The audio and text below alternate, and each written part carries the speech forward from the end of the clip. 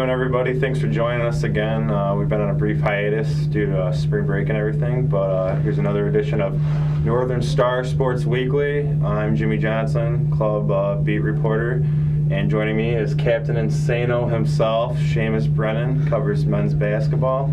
Seamus, we got March Madness approaching us, and the Huskies won't be in, but what are your thoughts? What are you thinking? Jimmy, they won't be in as the season would have it, a 10-20 team getting knocked down in the first round of the MAC tourney to Eastern Michigan.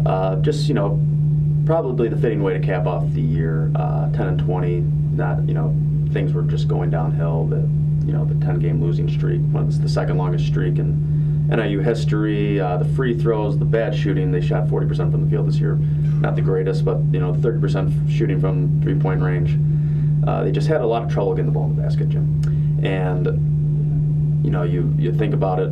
A year ago they were 10-20. They bring in Xavier Silas. A lot of hype. And he lived up to it. He averaged 19 points a game. They missed him for a little bit. He hurt his wrist, fractured his wrist in the opener against Northwestern, but they just never could get anything going. And you wonder why. It was obvious that the defense was there. They gave up a lot of 90-point games on that 10-game streak of doom, which I called it. Yeah, you've dubbed. Yes. Right, I dubbed it the streak of doom. And it's unfortunate. You want the campus to be excited for a team, especially a basketball team, and you'd like to see that stadium get packed more, but alas, it didn't because of the result. Next year, you got Nate Rucker from Tennessee, who a lot of people like. Who you wrote an article about it. Yes, yeah, I did. And then nice piece. Also Kyrie Jones, who is currently a verbal commit. He'll be able to sign in the April signing. I also talked with him. He's very excited about coming to Northern Illinois, and he is a nice get for them. It'll at least appear on paper.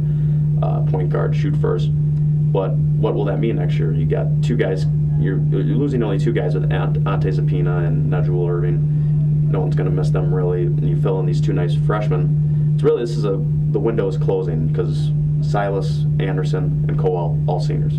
So if Ricardo Patton's going to get a MAC West tourney under his belt, and perhaps a MAC West, bid into the tourney, it's going to be this year. And if not, who knows? Well, certainly on the hot seat, and you add some depth into the backcourt, and add that with Xavier Silas and Kowal and Anderson, then hopefully they can make a push into the MAC for maybe a MAC title and everything. They need to get the ball in the basket, and hopefully these kids can help. But Patton might be job security will be in question if they can't get it. Oh, that's for certain. But basketball's not the only sport, Jim. Tell me what happened with softball over break. Well, for the softball team, they won 3-4 overall on the break, and including they won 2 other last 3. And now after this, moving from California, they'll head down to Florida and go down to Tampa for a 5-game set. And the baseball team, unfortunately, they won their first 3 games, but then they dropped 6 in a row. And now they'll head down to Carbondale to take on the Salukis for a 3-game set. So overall, a bit of a shaky set for the softball and baseball team. Yeah, well, they got to play in some nice weather. Yeah, you'd hope they, get better results and everything, but right. Well, MAC play is most important, so. Yeah, that's all the conference games and everything, and eventually the baseball team will get to have some home games as they've been playing on the road for the majority of the year. But Coach Matthew, talking with Coach Matthew, he's really excited about.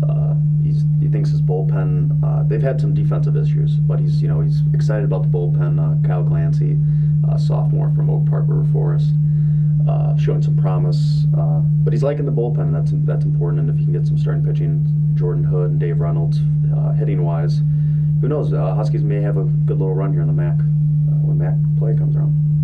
Well, it should be interesting for the rest of the year and how it plays out and everything. So, everybody, thanks for joining us, and good luck with your picks for March Madness, and have a nice night.